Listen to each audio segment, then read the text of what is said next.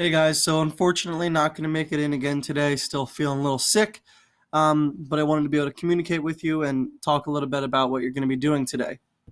So the last 2 days we've been working on addition of fractions, and today we're going to move on to subtraction of, or not fraction, decimals, subtraction of decimals.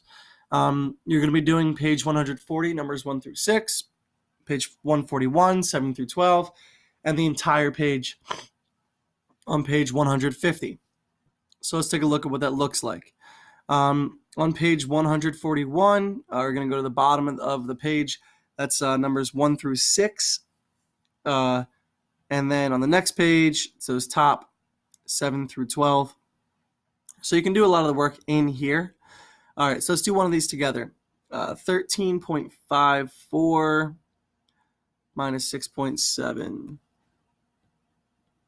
13.54 minus, now for that 6.7, the first thing I'm going to do is put my decimal in the exact same spot as the one above and then fill the number in.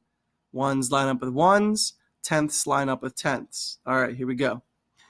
Now, this number has a hundredths, this one doesn't, so I'm just going to pop in a 0 there. You don't have to, but it makes it look nice. This has a tens, this does not, so I'm going to pop a 0 in. Again, you don't have to, but it just makes everything line up a little bit nicer. All right, so here we are subtracting. 4 minus 0, I can do it. That's 4. 5 minus 7, well, if I have 5 things, I can't take away 7. So I got to go next door and break up one of these ones. I'm going to take away one of those ones, so I have 2 left.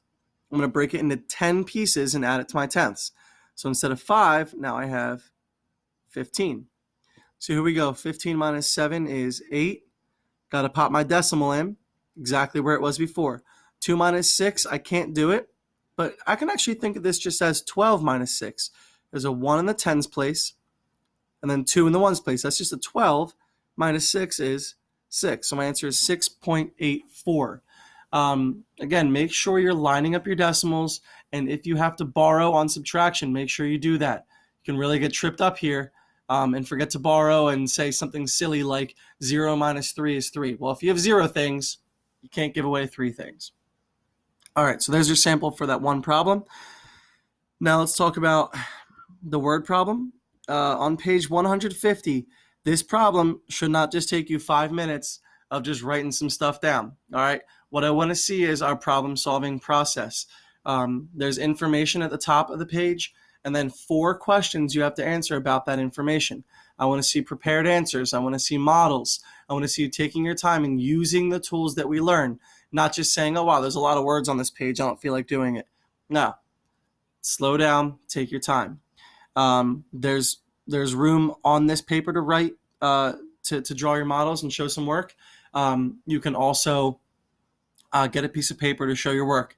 But I'm going to come and check these on Friday. I want to see some high quality work, not lazy work. All right. So that